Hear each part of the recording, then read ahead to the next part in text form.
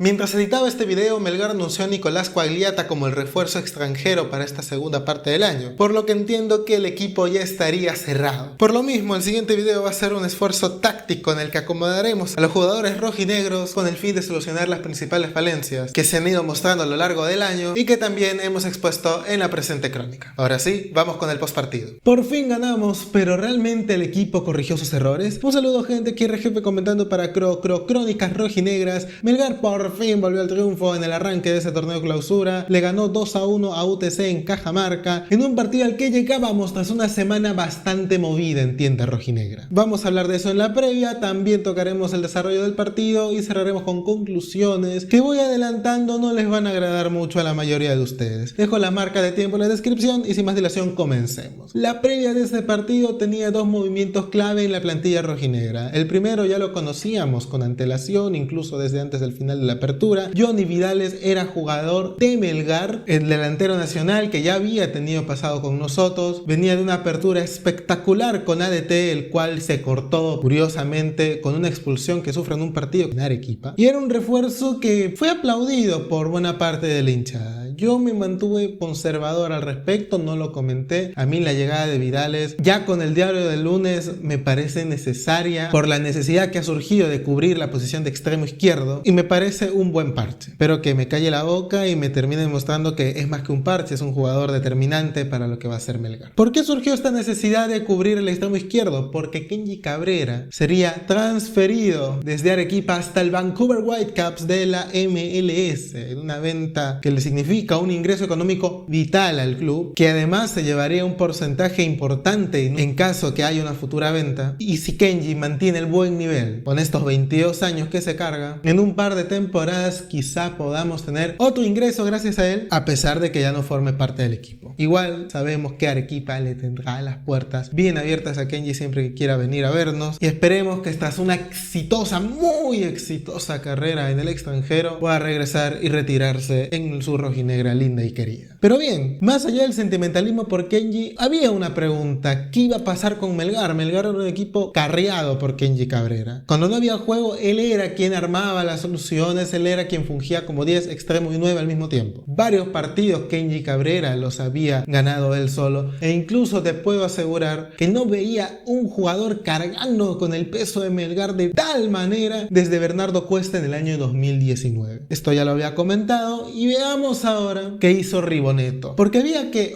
ya tenemos el parche que es Vidales, que vaya en el lugar de Cabrera, pero ¿cómo iba a plantar Ribonetto a los jugadores en la cancha? ¿Qué postura iba a tomar? Y para mi sorpresa, Ribonetto no se complicó. Virtud del entrenador no haber experimentado demasiado. Planteó un 4-3-3, lo que más se movía era el mediocampo, por ahí eran más dos volantes de corte, por ahí eran dos volantes de creación, pero la estructura básica con la que juega Melgar desde el año pasado con Valencia está ahí. Y ya vimos que el equipo así funciona bien, sin tener que tocarle demasiadas cosas. Las únicas cuestiones que pudieron saltarnos a la vista podrían ser la incorporación de Carlos Cáceres en el arco en lugar de Jorge Cabezudo. Ya Ribonetto nos había adelantado la fecha pasada que Cáceres iba a ser nuevamente su portero titular, una decisión que yo personalmente no comparto, pero toca darle confianza nuevamente. Nosotros no manejamos las decisiones del comando técnico. Y lo otro sería la inclusión de Cabanillas en la banda izquierda. Esto es un poco más justificable porque la postura que tomaría Melgar en el partido era más ofensiva, y Cabanillas, aunque no defiende casi nada, te aporta mucho en el juego de ataque, avanzar por las bandas, tirar centros, lo comprobamos la fecha pasada. El 9 titular iba a ser Bernardo Cuesta, y al margen de ello el equipo era más o menos el previsible: Tommy Díaz, Bordacar de extremo, Candazo con Orsán de pivotes, Barrios y González de central.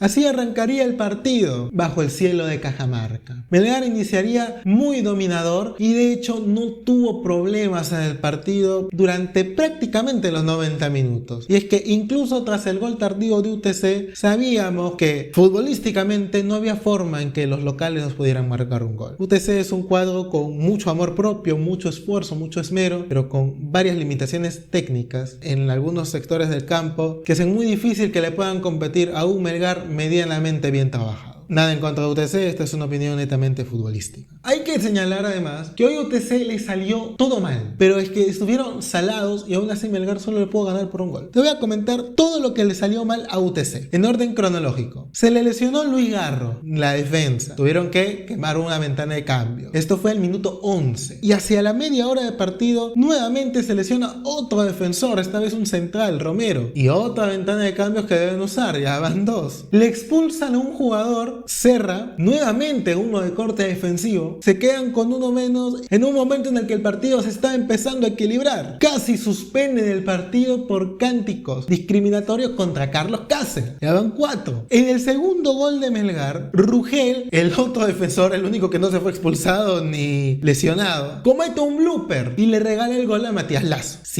5 saladeras de UTC en el partido de hoy. Aparte que muy pocas veces lograron conectar sus jugadores, siempre que recibían la pelota, 2 de cada 3 veces se les iba. Un baño de ruda no les vendría nada mal. Con todo y esto, Melgar tuvo que haberlo goleado, porque además tácticamente fue superior. Ribonetto se impuso. Pero Ribonetto no puede controlar que su equipo falle tantos goles. Tuvimos 2 palos. Uno en el primer tiempo por parte de Vidales, uno en el complemento por parte de Bordacar. Cuesta falló un par de ocasiones bastante claras. Todavía anda oxidado el 9, hay que darle rodaje, hay que darle continuidad. El gol llega justamente obra del nuevo fichaje Johnny Vidales, el cual vi que genera opiniones divididas tras el resultado del partido, según lo que he estado leyendo en los comentarios en redes sociales, de que claro, se festeja el gol, se festeja que haya roto el 0, pero también se condena el hecho que haya fallado el 2-0 de una manera muy tonta. Cuesta le suelta el pase solito, no tiene arquero y la manda al poste. Luces y sombras, yo creo que hizo un muy buen primer tiempo. Ya en la segunda parte no estuvo tan iluminado y se contagió del ADN Melgar de fallar muchos goles. Hay que destacar su buena movilidad en el campo, la buena dupla de ataque que hacía con Bernardo Cuesta cuando se posicionaban como un doble 9, y si ese es el camino que va a tomar Melgar, al menos en ofensiva vamos por buen camino. Nuevamente hay que hacerles practicar definición un montón a estos muchachos. El pecado está en la parte defensiva. Para muestra hablemos de Carlos Cáceres. Tuvo un primer tiempo muy dubitativo. UTC en las pocas ocasiones de posible peligro, Cáceres volvió ese peligro real. En un intento de embolsar la pelota saltando tras una pelota parada de UTC y se le resbala. Eso pudo haber sido un empate bastante rápido. Más allá de eso, Melgar practicó un fútbol vistoso pero pragmático. Teníamos la posesión de la pelota, pero también éramos verticales con ella.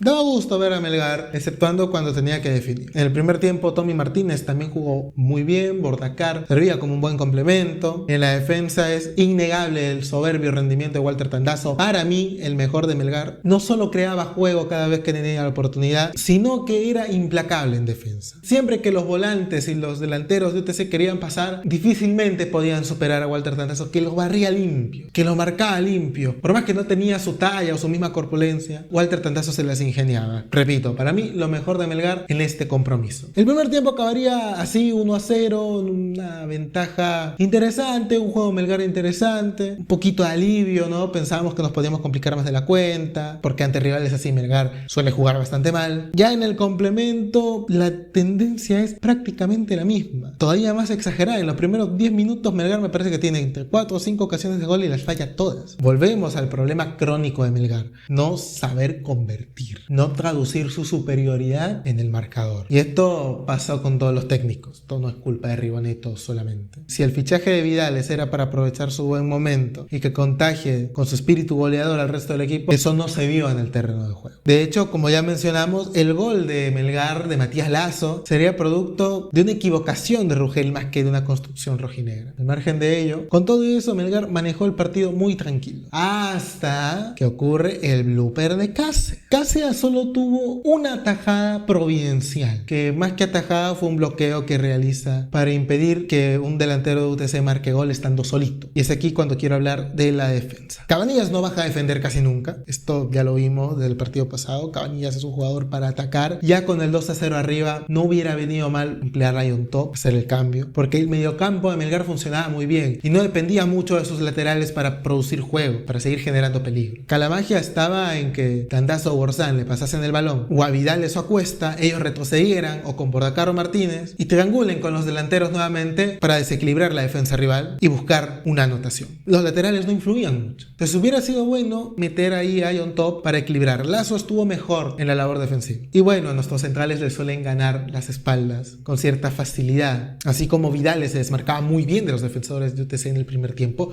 rompía líneas muy bien él solito, se ponía justo en el límite del offside y la picaba. Bueno, así Quintero hizo con Barrios y con Leonel González, y siendo que ellos dos tenían que enfrentarse a uno solo, porque UTC jugaba con un solo delantero la mayor parte del partido, tuvieron un rendimiento flojo a mi gusto. Y ante esa situación, Cáceres supo responder bien. Esto ocurrió más de una vez en el partido. El tema es que los jugadores de UTC se demoraban demasiado para tomar una decisión y ya le daban tiempo a retroceder a la línea 4 a Melgar completa. Bueno, estábamos hablando del blooper de Cáceres. Cáceres recibe una pelota de Leonel González que milagrosamente no decide él mismo encarar al jugador, salir hacia adelante. Va a lo seguro, le da el pase a Carlos Cáceres, quien es marcado por Yarlín Quintero, presionado, y le quita la pelota y marca. Decir que le quita la pelota es impreciso. Simplemente empuja la pelota de los pies de Chani, pero la polémica está en que una vez empuja la pelota lo pisa, por la gravedad, pero lo pisa. Entonces se comentaba que había que anular el gol, pero lo que consideró el árbitro fue que esa acción fue gol y que el jugador no cometió ninguna falta. En todo caso, si vas a convalidar el gol, amonesta a Quintero también. Al margen de ello, me pareció un arbitraje bastante correcto por parte de Diego Aro, detalle curioso. Y a partir de este blooper, más allá de que haya debido anularse el gol o no, fue un blooper de Cáceres a lo que generó esta situación. Viene la avalancha de goles, viene UTC volcado al ataque, y que Melgar haya tenido un par de ocasiones por ahí, difícilmente pudo haber extendido su ventaja. UTC con mucho empuje quiso empatar el partido, es algo así como hizo Huancayo en su momento, pero no lo logró. Con todo lo mencionado, cabe preguntarse si hemos aprendido de nuestros errores. Y yo creo que no. Por más que hayamos conseguido el triunfo, cuando nos enfrentemos a rivales de mayor jerarquía, vamos a hacer los puntos. Por los siguientes motivos. En primer lugar, no somos efectivos. Se ha vuelto a esa falencia en ataque. Si hay algo que había que resaltarle a Walter Ribonetto durante los primeros meses que dirigía Melgar, era que su dominó era bastante efectivo. No generaba tanto, pero lo que tenía convertía. Incluso en los peores partidos. Si Melgar no marcaba goles, era porque no había generado absolutamente nada. Hay excepciones, pero la regla era esa. Y en segundo, lo que más me preocupa, no se han corregido los problemas en defensa. Es muy fácil romper nuestra línea defensiva. Nos han incorporado fichajes en esta zona del campo, que es para mí la más urgente, pero no he notado ninguna indicación especial, ninguna configuración táctica en la que se haya buscado reforzar la defensa durante la mayor parte del partido. Sé que entró Denemustier en lugar de Piero Barrios, pero hoy el partido estaba 2-0 arriba, entonces un poquito de trampa. Es una decisión que tendría que tomar Ribonetto. Haga lo que haga, se le va a criticar. Él va a tener que evaluar junto a su comando técnico cuál le podría dar los mejores resultados. Si mantener la línea de 4 que tiene con Barrios y González de centrales, sabiendo que no es de garantías, o experimentar cambiando a uno de ellos dos por Denemustier, por algún otro central que pueda subir de la reserva, o jugando con Lazo por ese lado y colocando a Ramos en la banda. Yo no haría eso, por último yo no lo recomiendo. Y empeorar o mejorar la defensa. Tiene que decidir entre el status quo o el riesgo. Hoy Melgar apostó por el status quo y le rindió, pero hay que tomar en cuenta el rival, la saladera que tuvo y el riesgo mínimo que ha habido de que el marcador a favor se nos fuera. Eso sería todo por hoy, gente. Gracias por escucharme. Leo sus ideas abajo para próximos videos. Yo muy feliz de estarlos leyendo, y es muy probable que nos veamos en 3 semanas con un video más sobre Melgar antes del post partido del duelo decisivo ante Cusco. Se vienen 2 fechas decisivas para Melgar. De hecho, de los próximos 4 partidos, 3 son duelos directos: Cusco, Sullana y Cristal. Así que más nos vale estar preparados. No hay tiempo que perder. Ribonetto ya tendría que estar con sus alternativas claras por el bien de nuestro querido dominó. Hasta la próxima. Chao.